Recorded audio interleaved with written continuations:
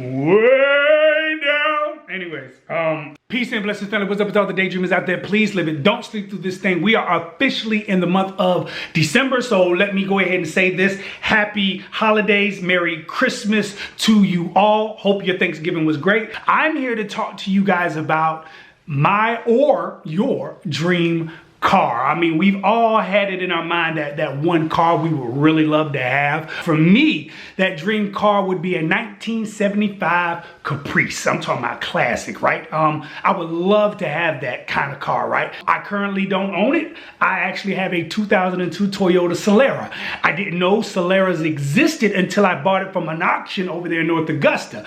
Needed a car and went over there, bid on it, won it for $1,200, and I was able to drive off the lot with a 200,000 plus mile Toyota Solara. But I will say whoever had this car before me did an excellent job in the upkeep. Everything from under the hood to even the interior of the car was really taken well care of. The only thing I really had to do as far as the interior was kind of clean up the cushions a little bit, and I had to just change out the spark plugs, and that bad boy has been running ever since. However, there is some things that still need to be done. With every car, there is some needs and of course some wants. Some of the needs, of course, outweigh right now my wants. Right now, the two biggest things that I have to do is, number one is I need a manifold converter. I have to get that fixed, number one. Number two is my my driver's side window doesn't roll down. So whenever I go through the drive-through, I have to open the door, get out the car, reach over to grab the food and put it back in the car. My children sit there, look at me like, Dad, why are you embarrassing us like that? But anyways, those are the two things that I have to get done. And really, I don't have to get the window done,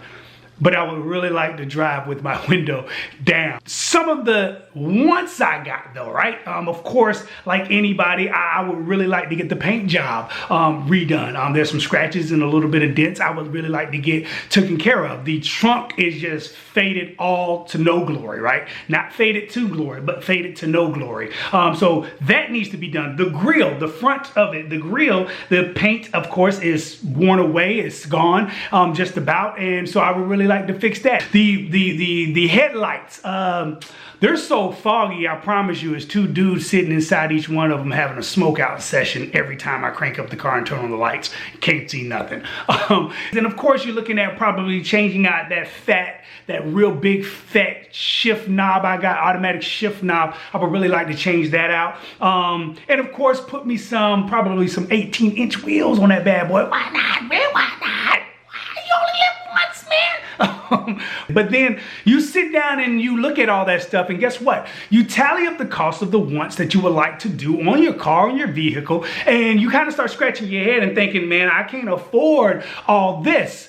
It makes you feel like you can't accomplish it or do it. And we get this thought in our mind like, why couldn't it come out looking like I want it to look? But here's the interesting thing, and this is what I want you guys to get from this. We often treat our walk in Christ the same way. We wish we came out of the baptism water with everything figured out, everything all together. We're shiny, brand new. And we hear that. You're brand new creatures in Christ, but you're a babe in Christ, having to learn how to walk, talk, and change over time. It just doesn't come out the gate brandy.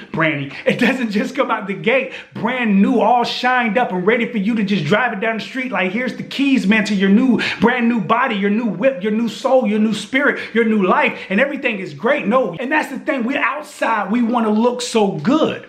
But on the inside, we got to pop the hood and do the internal works first. Those are the needs. That's the necessary. There's nothing wrong with me driving my car in the condition that it's in the sense that it's not the rims that I want on it. It's not the paint job that I would love to have on it. It's not the shift knob I would like to have or anything like that. You know, it's all right to drive it in the physical looking condition that it's in. It's not all right to drive it if I know that underneath the hood, I'm going to actually cause more damage over time if I keep driving it. So how do I rectify the situation? You save up in order to cash out, to pay for what you need, in order that you might be able to fix what is broken. But here's the thing.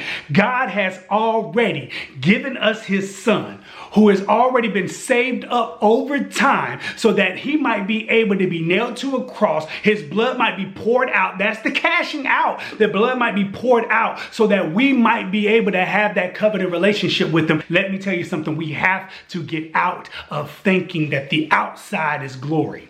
It's not. It's a decaying thing that's going to pass away. Just like that car. That car is going to decay and pass away at some point in time. It's going to be no good after a while. But guess what? My soul lives on eternally. So there's nothing wrong with saying that your soul needs help, because Lord knows we all do. And that's exactly what many people are trying to do. They're trying to find healing for their soul. Much love and respect, guys. Happy holidays. Peace.